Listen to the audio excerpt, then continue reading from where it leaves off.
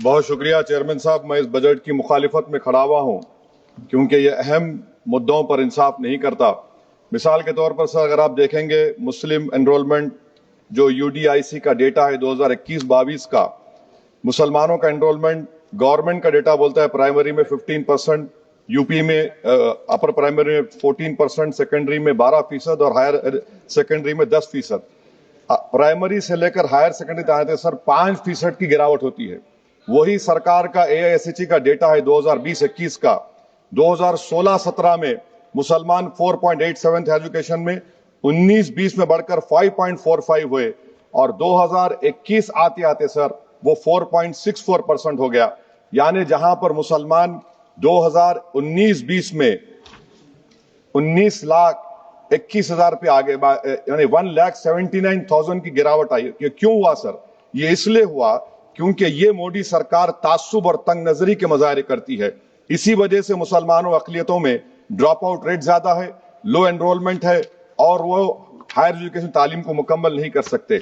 Sir 3 scholarship स्कीमें हैं, 5 साल से cabinet committee of economic affairs in स्कीमों की मंजूरी नहीं दे रही है सर, 5 साल से। ये आपकी तासुब और नफरत नहीं है तो क्या है बताइए आप? बजट तो पास हो रहा है ऐवान में, 5 साल से आप पैसे नहीं दे रहे हैं। क्यों? क्योंकि cabinet committee of economic affairs इसको मंजूरी नहीं देती है। और मैं बताना चाह रहा हूं, आप विकसित भारत बनाना चाहते हैं, मैं तायद करता हूं, मगर क्या आप 14% आबादी को नहीं पढ़ाकर, उनको एलिनेट कर आप विकसित भारत बना पाएंगे? विकसित भारत उसी वक्त बनेगा सर जब मुसलमान समाजी, इक्तिसादी, तालीमी और माशी तौर पर ताकतवर होंगे। मगर अफसोस के साथ कहना पड़ा, सच्चाई है कि सरकार नहीं चाहती ये हो। सर मैं हुकूमत से पूछना चाह रहा हूं कि यूनिट कॉस्ट स्कॉलरशिप का 2007 और 8 से रिवाइज नहीं हुआ क्योंकि जो तालीम का कॉस्ट है उससे मैच नहीं कर रहा है।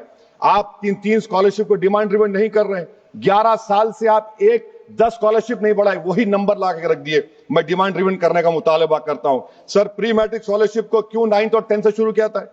Sir highest drop out rate मुसलमानों का है और हमारे मसीहा वेस्ट बंगाल में बैठे, वहां पर ड्रॉप आउट रेट मुसलमानों का 23%, आसाम में 30%। आसाम की सरकार गोली मारने का वीडियो कम बनाएगी तो शायद मुसलमान पढ़ ले तालीम में। सर मैं मुतालबा करता हूं कि मौलाना आजाद फेलोशिप को दोबारा शुरू किया जाए ताकि अक़लियती और मुस्लिम बच्चे हायर एजुकेशन मुकम्मल कर सके।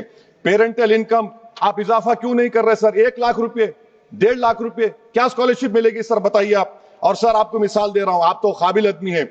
2022-23 में बजट था माइनॉरिटी मिनिस्ट्री का 5,000 करोड़, कितना आपने खर्च किया? 16%। 22-23 में सर बजट था 22-23-24 में 3,000 करोड़, 5% खर्च हुआ सर। 24-25 में बजट था 3,180 करोड़, 22% खर्च हुआ सर। पीएमजेवी के स्कीम है 1,914 करोड़, उसको आपने कम कर दिया 1,565 करोड़। तो मैं सरकार से मुतालबा करता हूं कि मिनिस्ट्री ऑफ माइनॉरिटी के बजट का 10,000 करोड़ कम से कम होना चाहिए। तासुबियत को खत्म करिए आपकी स्कीम में। सर दूसरी बात, इनकम टैक्स के बेनिफिट मिलती थी हमारे फौज के सिपाहियों को जो विकलांग थे, आपने इनकम टैक्स बेनिफिट छीन लिया उन लोगों को। ये कैसा इंसाफ है आपका बताइए?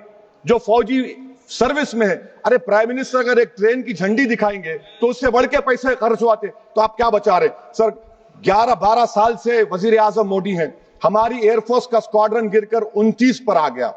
12 साल से आप प्रधानमंत्री हैं, हम एक मिड एयर रिफ्यूलर एवैक्स को नहीं बढ़ा सक रहे। पाकिस्तान के पास हमें ज्यादा एवैक्स है और ऑपरेशन सिंदूर में हमने देखा कि कितनी तकलीफ हुई। सबमरीन का शॉर्टेज है, आपको फिक्र नहीं है सर। और हम 3rd एयरक्राफ्ट कैरियर हम भूल गए। आखिर कैसे हम चाइना को इंडो पैसिफिक में रोक पाएंगे? ये देशभक्ति नहीं है सर। हमारी फौज में कमी है। क्या ये मुल्क इतना कमजोर हो गया कि हम अपनी फौज में बच्चों को भर्ती नहीं करा सकते? अग्निपथ स्कीम का रिव्यू होना चाहिए। इस ऐवान में चाइना बॉर्डर पर एक बहस होनी चाहिए।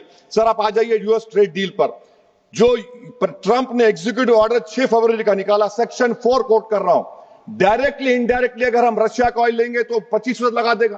कौन है सर वो गोरी चमड़ी वाला वहां बैठकर हमको बोलने वाला? किस हमने इस मुल्क को आजाद इसलिए करवाया था कि वहां बैठकर बोलेगा मैं जिससे चाह तेल खरीदूंगा। तुम होते कौन हो? तुम मेरे माई बाप हो क्या? आप 25% लगाएंगे सर। और वर्ड क्या इस्तेमाल किया? इंडिया। यानी अब नायरा जो है, नायरा कंपनी बंद हो जाएगी और हमको मॉनिटर करेंगे आप, भारत को उस पर ओवरसाइट करेंगे। अफसोस की बात है कि सरकार खामोश है। सर 2019 में ईरान का ऑयल मत लो बोले, आपने गलती की, आपने ईरान का ऑयल नहीं लिया। तो अमेरिका ने कहा कि इराक से लो, कंपेरेबल रेट पे, कंपेरेबल रेट पे, मार्केट रेट, नॉमिनल प्राइस पे नहीं। आज यूएस कह रहा है कि मोनोपोली रेट पे लो। कहां है सर? हम क्यों कर रहे हैं? क्यों इतना गिर रहे हैं इस गोरी चमड़ी वाले के सामने? आखिर हमारी हमियत कहां है सर? और एक बात बता रहा हूं सर, ये यूएस ट्रेड डील से European 2 minute sir, European union की ट्रीटी से हमारा पीएलआई का पूरा असर पड़ेगा, क्योंकि आपने टैरिफ गिरा दिया। आपने टैरिफ गिरा दिया मेडिकल डिवाइसेस पर, आपने टैरिफ गिरा दिया सोफिस्टिकेटेड मशीनरी पर, तो यूएस इंडस्ट्रियल गुड्स आएंगे, तो डी-इंडस्ट्रियलाइजेशन का खतरा है इस मुल्क में। Sir, you are we signing a free trade agreement और a force purchase order. Sir, Bangladesh से यूएस ने कह दिया कि हमसे कॉटन खरीदो, 0 टैरिफ। सर, भिवंडी, मालेगांव, बनारस के पावरलूम का क्या होगा? 70% रॉ कॉटन हम देता बांग्लादेश को। सर, एमएचए का बजट 5.7 बढ़ गया, डिफेंस का 15.99। मैं सरकार से मुतालबा करता हूं कि वेनेजुएला में जो हुआ, आप एक ऑपरेशन इंसाफ करिए। ऑपरेशन इंसाफ के तहत हाफिज सईद, मसूद अजहर, लखवी को घुस के लाइए भारत में, तभी इंसाफ होगा सर। जब तक खत्म कर रहा हूं सर, हम कुलभूषण यादव को भूल गए। वो कुलभूषण यादव उसको आईसीजे में रुकाया। आखिर हम कब लेके आएंगे कुलभूषण यादव को? वजीर आजम इजराइल को जा रहे हैं। मैं उनसे ये मुतालबा करता हूं कि वो गाजा को जाए, 15 मिनट जाकर देखें, 60,000 फलस्तीनों खत्म कर दिया गया। और नेतन्याहू पर आईसीजे का अरेस्ट वारंट है, आईसीसी का, और आईसीजे में केस चल रहा है सर। तो मैं आपसे मुतालबा करता हूं कि वजीर आजम गाजा के बारे में देखें। मैं ज़ायनिज़्म मुर्दाबाद बोलता हूं, भारत जिंदाबाद। और ये सरकार तेलंगाना से नाइंसाफी कर रही है, कुछ नहीं दे रही है। बहुत बहुत शुक्रिया सर।